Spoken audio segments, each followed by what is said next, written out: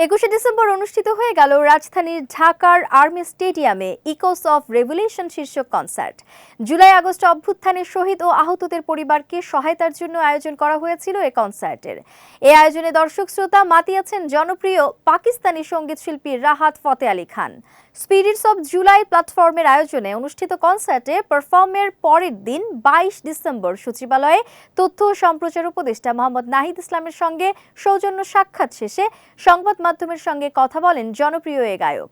এ সময় রাহাত ফতে আলী বলেন, গণ অভ্যুত্থানের পর রাজধানী ঢাকার আর্মি স্টেডিয়ামের কনসার্টে দাওয়াত করার জন্য প্রথমেই বাংলাদেশ সরকারকে ধন্যবাদ জানাই আসন্ন বিপিএল এর আয়োজনে আমাকে আমন্ত্রণ জানানোর জন্য।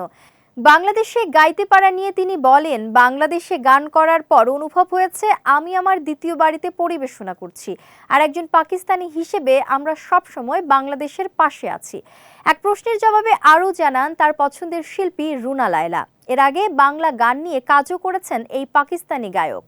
এ সময় পাশ থেকে তথ্য ও সম্প্রচার উপদেষ্টা মোহাম্মদ নাহিদ ইসলাম গায়কের পক্ষে জানান, রাহাত ফতে আলী বাংলাদেশের গান নিয়ে কাজ করার আগ্রহ প্রকাশ করেছেন। পাকিস্তান ও বাংলাদেশের গান সমন্বয় করে কাজ করতে চান তিনি।